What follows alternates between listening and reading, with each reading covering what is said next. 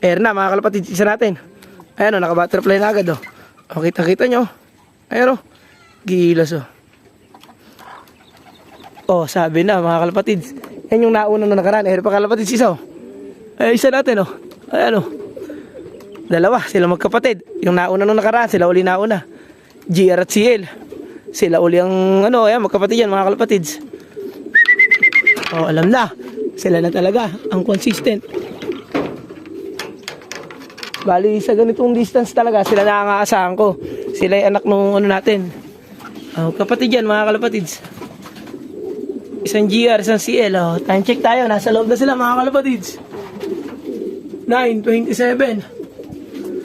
Hindi na masama mga kalapatids. Dalawa. Sila yung inaasahan. Anak sila nung Taiwan natin mga kalapatids. Nung naglock ng Santa Margarita. Ni Margaret. Nakakrus sila kay Champion Line. So bali ngayon nga pala mga kalapatids. Yung kapatid nila sama sa Champion Line. Pawawalan ni Homing Pigeon. Doon sa may... Hindi ko lang alam kung sa San Jose nila pawawalan. Nag-PM sa akin si Pepong Loop. Okay, shoutout sa'yo idol, Pepong Loop TV, yung nakahuli ng ibong ko sa Aurora. Bali, Tugigaraw nga ang huling hagis nun. At nahuli nga niya. Doon umuwi, nalis ng landas ang ating ibon mga kalapatids.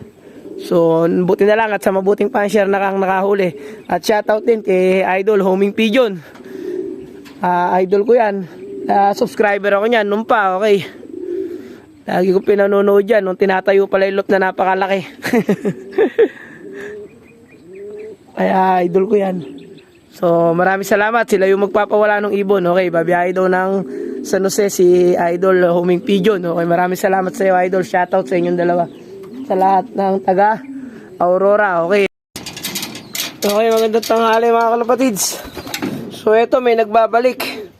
Bali, pinawalan nga ito ni Idol Homing Pigeon sa gawing San Jose ata pinawalan. Kaninang umaga, hindi ko na nabangan. Ito, nandito na sa loop. Ayan, mga kalapatids. Talagang mahusay itong ibon natin na to. Nakaligtas pa. Last na agis niya, Tugigaraw. Ayan, kunin natin yung ibon at bibigyan natin ng pansalubong. I-recover muna natin.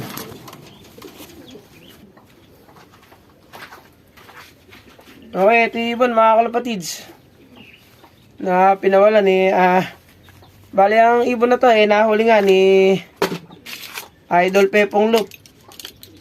Okay, shoutout sa idol. Ayan, El Toro mga kalapatids. Yan na ibibigay natin at medyo namayat nga. Malaking ibon to mga kalapatids. So dun niya sa makakahuli mapagkakamalan tong kak. Malakas na ibon, malaking ibon. Pero totoo, hen to mga kalapatids.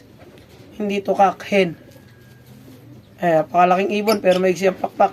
Napakapangit nga ng kanyang balahibo mga kalapatids. Tingnan nyo naman, napakarumi.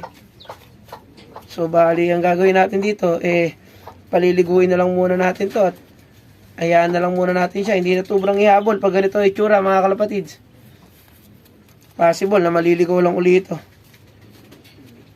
Ipo-force bath muna natin siya kasi nga napakadumi nung kanyang balahibo. Ayan o. Stress na stress yung balahibo niya. Pati itong ano niya. Okay, maraming salamat sa iyo, Idol Pepong Loop TV at kay Idol Homing Pigeon sa pagpapawala ng ibong ko. Ayan o.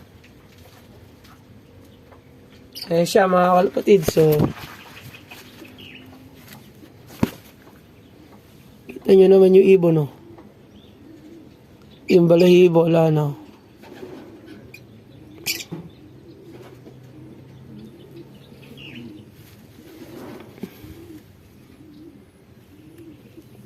Ayan o, madumi. May tama nga siya din yun. Ayan o. Bali napalkon nga daw to. Nung mahuli nila butas nga.